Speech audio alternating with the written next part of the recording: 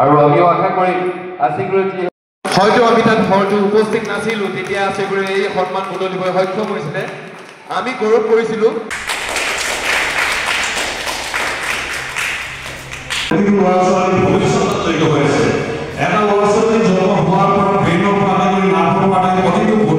উদ্যোগত যি সম্বৰ্ধনা অনুষ্ঠানৰ আয়োজন কৰিছে, মই এই সন্থাৰ সভাপতি সম্পাদকে প্ৰমুখ কৰি সকলো বিষয়ববীয়ালৈ মই কৃতজ্ঞতা তথা ধন্যবাদ জ্ঞাপন কৰিছোঁ।